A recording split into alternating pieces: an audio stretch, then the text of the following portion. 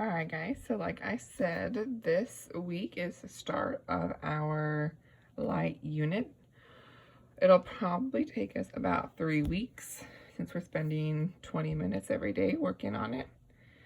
So there will always be a YouTube video for you guys to watch where we go over notes, we do an experiment, and then there'll be videos and activities for you to then do on your own for the rest of the time. So you are going to do the warm-up, and it reads, what lists the kinds of light that you see every day? So I'm going to give you about 90 seconds to tell me all the different lights that you see in any kind of day, any kind of light. Ready, go.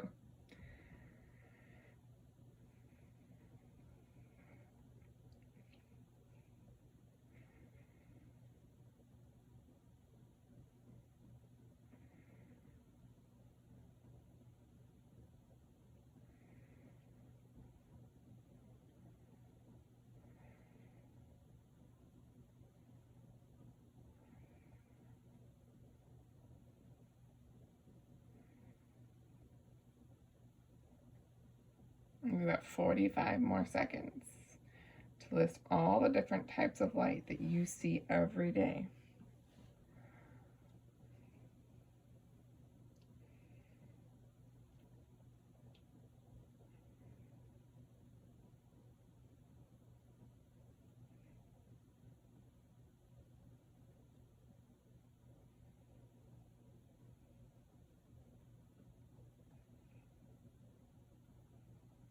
Fifteen more seconds.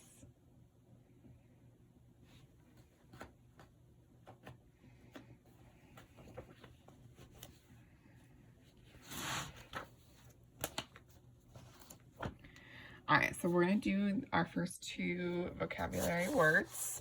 So I'm going to write my notes, and you should be copying down what I'm writing. So array, it's a straight line that represents the path of light.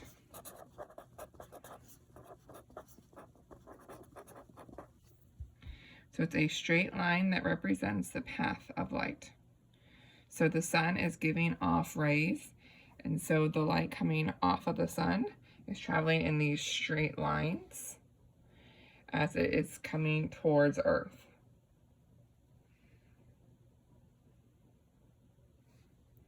When I put a whole bunch of these rays together, I create a beam, and a beam is a group of parallel rays. So I kind of think of a beam as almost like a flashlight, right? When I turn it on, I have all of these rays grouped together, right? That circular part of your flashlight, all coming out, beaming the light. So light is very similar to sound in that it travels in a wave, and the size of a wave is measured by its wavelength, which is crest to crest or trough to trough. So over here, right, if I have my wave, so crest to crest or trough to trough. So that's one wavelength, or you can measure it from the top to the crest. That's one wavelength. Light waves are characterized by their wavelengths and their frequency. So we'll talk about white light, which is actually all of the rainbow lights put together make white light. And each of our rainbow colors, red, orange, yellow, green, blue, and violet, not purple, we call it violet, they actually move at different speeds. They have different frequencies, and some of their waves are really close together, and some of their waves are really far apart. So frequency is the number of waves passing any given point. So it's usually in seconds, so like how many waves passed through this point in 1 second.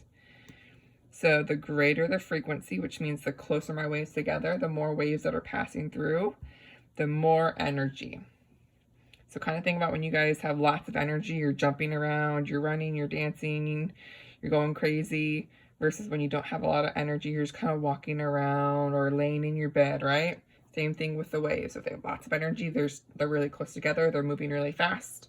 If they don't have a lot of energy, they're spread farther apart and moving a lot slower. So light is energy, just like sound is energy. And the amount of energy in a light wave is related to its frequency, right? So again, my low frequency, I'm spread apart, I'm moving really slowly, right? That's my low frequency that has low energy.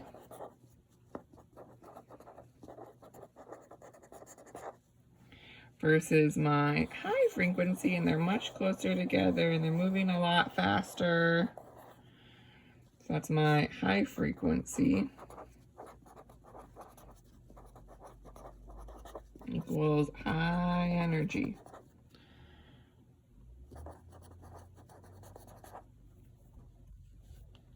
I'll give just a couple minutes, or not minutes, couple seconds to kind of make sure you everything that I've written or drawn on my paper, you should have on your paper. Now, I want you to think like those summer thunderstorms that we know are coming up in the next month or so. What do you see or hear first? Do you hear the thunder first and then see the lightning? Or do you see the lightning first and then hear the thunder? Hopefully you guys said that you see the lightning, then you hear the thunder, because compared to sound, light travels extremely fast. So when you look at light, sound seems slow. Remember how we talked about basically when I speak, almost immediately you guys hear what I'm saying. So that means those wavelengths are moving really fast, because pretty much as I speak, you hear my voice. But compared to that, sound's moving slow. So light travels so fast that it actually only takes 8.5 minutes for light to leave the sun and get to Earth. And you're like, 8.5 minutes, that sounds like a really long time, but think about how far away we are from the sun. We're millions and hundreds of millions of miles away from the sun. It only takes 8.5 minutes to get from the sun to the Earth, which is pretty fast. It's like really fast. Light waves. Light travels in waves, again, just like sound. But unlike sound waves, light waves move in what we call transverse waves. And they're called rays. So a transverse wave is basically a straight ray, right? They're moving in straight lines. And unlike sound waves, light waves don't need a medium to travel through. Remember we said there is no sound in outer space, right? Because there's no matter in outer space. But if we look up in the sky, can you guys see the moon? Can you guys see the stars? So light doesn't need a solid, liquid, or gas to move through. It can move through the outer space with no problems. It doesn't need a medium to travel through. So those are the notes for today. So hopefully you have copied down what I've copied down.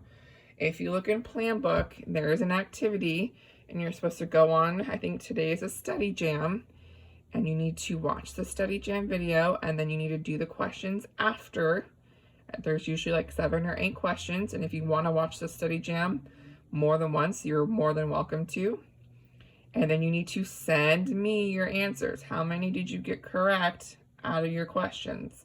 So you can take a screenshot or a picture of your questions, or if you did the questions on a separate sheet of paper and you wrote how many you got correct, that works for me too.